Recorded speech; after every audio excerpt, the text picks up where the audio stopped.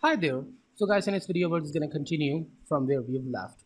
So again, the npm install, and now I'm just going to install we've installed the React, but now I'm just going to install the React DOM, and let's just make it save line break, and now it's going to save it in the same folder, the folder name.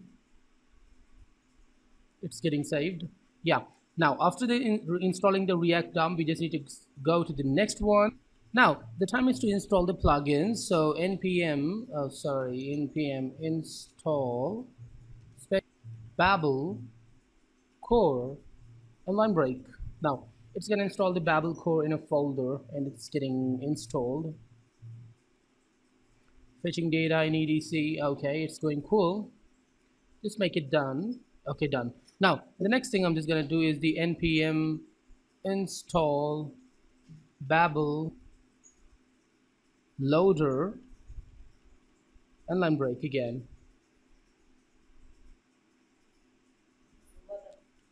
And now the next one will be the npm install Babel preset React. Absolutely, this one is a very important element, very important plugin we just needed.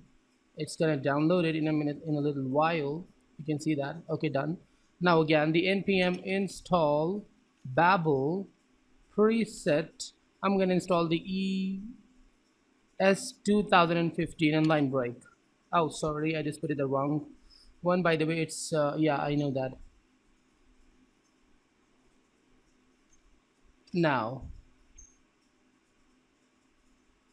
make it done. Okay, it's done now. Absolutely. Why the prison was not working perfectly? Because there you can see that the error. Now there are a few files we just need to create inside the React app. I'm just going inside there and I'm just opening the notepad. So the files I'm just gonna make is number one will be the index.html.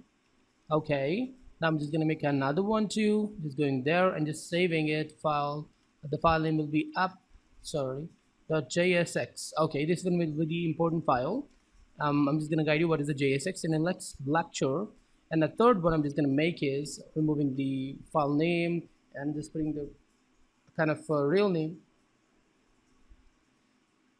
main.js. Line break, save it again. Now this one is a webpack.config.js. Oh, sorry, cut this off, save it. Now paste it here because I just want to save it the file name as it is, the webpack.config.js, and save it. Now all these files are important. This one will be the front end, and this one will actually be the back end, and this one is the JS file, and this one will be the configuration file for the webpacks. So I'm just gonna make the Enix simple Enix file for now. We'll be putting the advanced techniques in it, or I think let's just leave this thing means the coding in the next class. So stay tuned and goodbye.